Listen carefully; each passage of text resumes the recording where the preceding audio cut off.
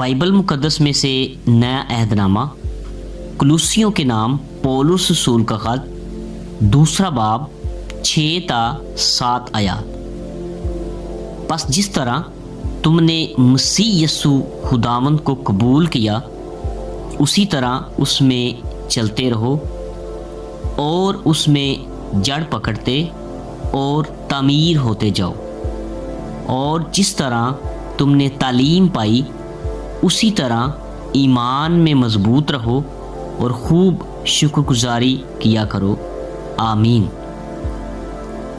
بنیادی باتیں: قبول کرنا، چلنا، جڑ پکڑنا، تعمیر ہونا، تعلیم پانا، ایمان میں مضبوط ہونا، خوب شکر گزاری کرنا۔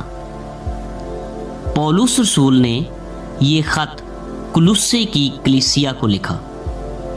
کلوسے افسس کے مشرق میں ایشیائے کوچک کا ایک شہر تھا۔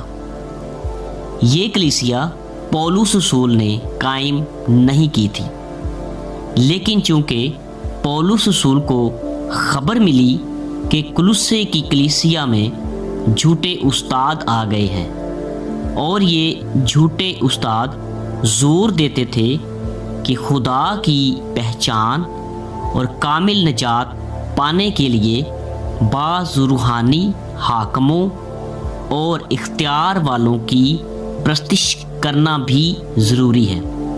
مزید یہ جھوٹے استاد کہتے تھے کہ ہمیں خاص رسومات کی پابندی کرنا بھی لازمی ہے، مثلاً ختنہ اور کھانے پینے اور دوسرے معاملات میں سخت احکام اور قوانین کو بھی ماننا چاہیے۔ پولس رسول ان تعلیمات کی مخالفت میں لکھتے ہوئے سچا اور خالص مسیحی پیغام پیش کرتا ہے۔ پولس رسول جواب دیتا ہے کہ مسیح پوری اور کامل نجات ہے، اور اعتقادات اور رسومات دراصل مسیح سے دور لے جاتی ہیں۔